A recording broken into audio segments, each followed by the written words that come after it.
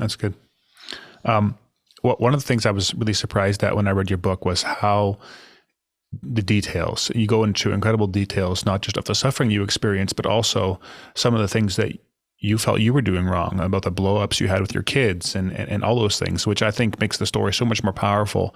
How hard was that to just be wide open, be like, this is who I am? And there was just Hard. like, you held nothing back. Yeah, I didn't. And it's so funny because my pastor said to me, I asked him to read it because he was in a lot of those scenes with my ex-husband, and I wanted to make sure I was really accurate. And he said to me after he read it, he said, "Are you sure you want to put this out there?" He said, "This is pretty vulnerable." And I said, "I know. I mean, it was actually pretty crazy after I turned it in. I thought, do I really want all those people to know this about me?" But at the same time, I feel like there is so much power in people being vulnerable because a lot of stuff happens in our homes and we say things we want to pull back.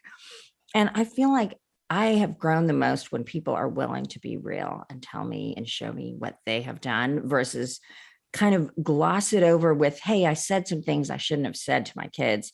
Well, we go lots of different places with that. And I wanted people to know you can say some pretty bad things and God can really redeem that. And so that's what, and they can say some really hard things to you. So I felt like when we speak in generalities, I don't feel like that helps people that much because we all fill in the blanks with our own things. And then we all think nobody else is as bad as we are. Yeah. And that's not true. And so we feel separated. And I wanted to say, this is how it is, because I think that offers people more hope. And so would you encourage people that right now are saying the generalities to just be wide open?